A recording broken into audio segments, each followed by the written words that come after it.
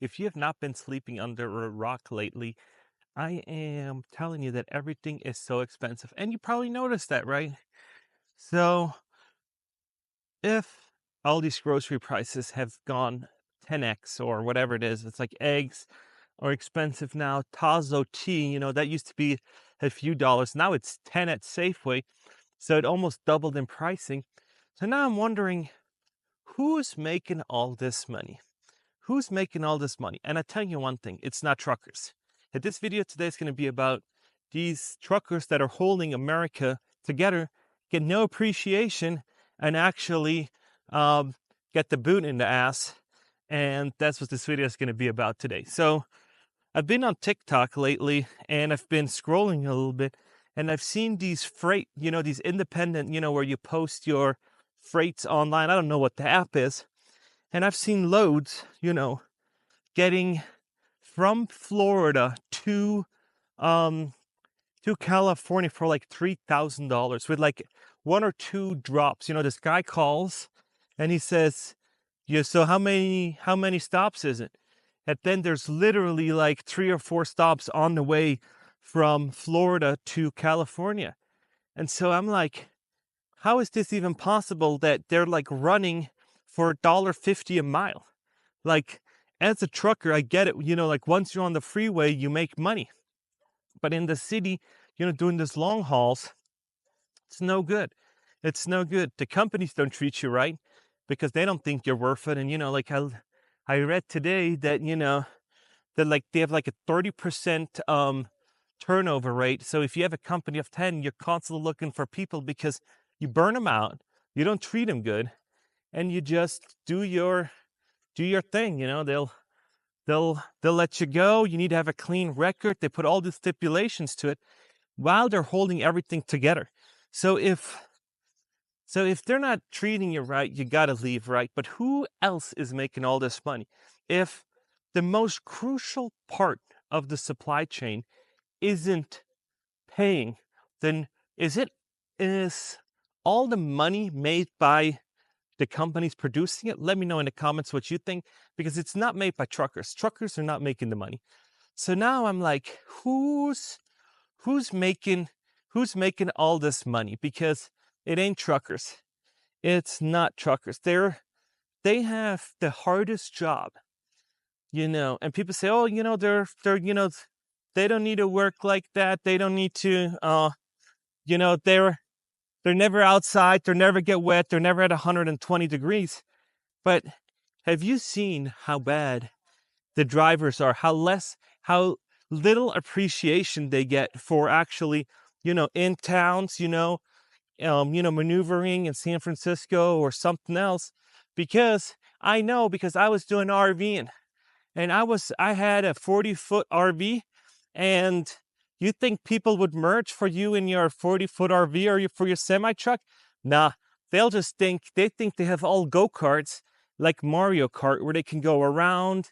They seriously think that you, with a 16,000-pound trailer and, a Ram truck, can break the same speed as you can in your little go-kart that's running around in your little Mini Cooper or your little Jaguar.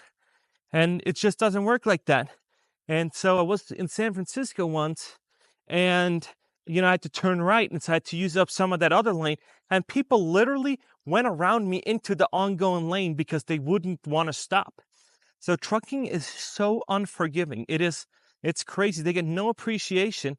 So I looked on Google, like, yo, Google, what's the trucking industry trajectory? And then it said, oh, by 2030, they're short 160,000 jobs. And what that's going to do is that's going to be really great for you truckers. Because if there's going to be more demand, you're going to get better pay, what you should have gotten in the first place. Because you guys are so crucial to everything. Like we're in Las Vegas. Where do you think these bricks came from? They didn't make them. They didn't make it. The mailboxes, they didn't make them. They got hauled on a truck here. And there's like just not an appreciation how it should be for an industry that is so vital, like. And so I looked up how crucial is it? How much gets moved? How much freight gets moved by trucks? It's like 74% or something. The rest goes by water or railways or something else like it. And nobody steps up for these people. And I'm just like, I'm glad you guys are semi-leaving. I'm glad that you guys are out. So all these brokers that are like, brokering a load from another broker and doing all that and eating up all the profits, you guys just need to go home, because these people need to make a living wage. And when you think about making $3,000 to do like a 5-day trip going from the East Coast to the West Coast, there's no money in it. Look how much a tire costs. You have a blowout, you're out your whole load.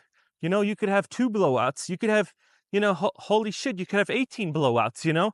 So it's like, and then you have your truck breakdown. Then you need to carry insurance. Then you need to carry all these other things if you're independent, and there's just no appreciation. And then when you get hired by a company, I saw like Walmart is paying like $100,000 for a trucker. Yeah, right. That comes with a bunch of stipulation. You need to be there for years. And I think Walmart is like one of the holy grails of trucking. Let me know in the comments if you agree with that, or if you work for Walmart. Be super interesting. But now I know somebody that used to do long haul trucking, and somehow they had an accident or something, or the truck flipped. And now he says, I make about the same amount of money now as I did long haul trucking, and I just do inner city, and I deliver. I don't know what they do. I think he does. I think he delivers like waters to 7-Elevens or something like it. And he says, I make the same amount of money. I'm home every night. I got my route. I know the people. They're nice. And, they treat him nicely. And he's like, hey, I pick up my load, and then I just, then I go and, drop it off. And so then I'm like, that is how it should be. You should be appreciated at your job. And if you're not appreciated at your job, you need to leave. And then and I've seen like ads like, hey, you should be a woman trucker, you should be, you can be whatever. If you're not appreciated, no. Doesn't matter where you at, where you're from. You just need to get out and find something different, or a company that appreciates you. But it's hard. Freight is down, and that alone, this statement alone, that the freight is down, and you can Google that, like, hey, freight delivery's been down. That's why all these yellows and whatnot have been bankrupt. And they're still saying, oh, there's no recession. No, it's going to be almost like a depression when all these freights going down and all this. And on top of that, they're constantly adding new features to trucks, right? So if you want like a Tesla truck or something, or like a Freightliner, these big ones, they're constantly adding, or a Volvo truck. I've watched videos of that. I just think it's super interesting to see what kind of technology they put in these trucks. They're getting more and more expensive. So if you're a trucker, let me know how much your truck was, or how much the payment is, because I'm curiously interested to see how much you actually need to make to stay afloat. How many times you need to go from the East Coast to the West Coast just for, the truck payment. And when you have a business, you finance it so you don't have this big payment up front, so you can kind of, balance it out. And when the truck's getting more and more expensive, the rates also need to keep on climbing, right? You would think that that's a one-on-one correlation, but no, the rates came down, right? And it's like $1.40 a mile or something crazy. And it's like, man, that is no good. $1.40 a mile for a semi truck, gosh, making $3,000, and then you got to pay tolls and fuel and all that. Look how much expensive fuel is. And then you need to buy DEF and all that. No, you need a company card. If you work for a company, you need to get 401k, you need benefits. You need to, you need to do that. But I don't know how many independent drivers versus how many actually truck drivers. If I found the statistics, it's going to be right here. But yeah, I just think it's absolutely nuts. And I've been getting comments that say, no, you need to talk about truckers. I'm like, yeah, it's just, I got to talk about finance because, that's what my channel is. But if I tie it back into the supply chain and, who's making all the money, I still haven't answered that question. So I don't know if the store selling it makes that much more profit, or if it's the manufacturer making that can only be these two companies, because the truckers, we got that out of the equation, right? So now it's either the manufacturer or the store. And I actually think this is kind of like a crazier theory of mine. I think it's not even that that the company selling it for that much more to the store. I think there's just so much more theft at stores that they need to jack up the prices so that they can, keep a 10% margin, on their products. Because if, 20% gets stolen, and it's like, oh my gosh, so I got to increase the prices for the people that are still paying because everything else gets stolen. And you're like, no, Rico, they wouldn't steal that. I bet you they would. I saw in Las Vegas a dude steal a vacuum cleaner, running out freaking Smith's with a vacuum cleaner. And I was like, this needs to be punished, And I'm still shocked by the amount of tolerance from these grocery stores, because you need to nip it in the bud. You need to put in a facial recognition thing, something like it. Make your store a membership store where they can't steal. Just they can't steal it.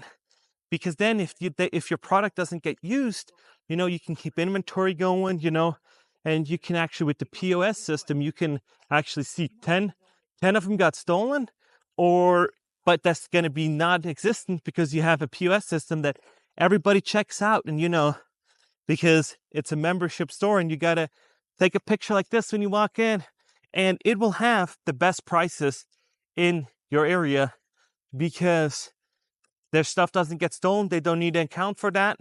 So that's going to be coming. That's going to be coming. And I am so sad when I see people just run out and steal, because, it's not that I don't want them to have the stuff. It's more that somebody else now has to pay for that loss. And it's going to be the people that pay.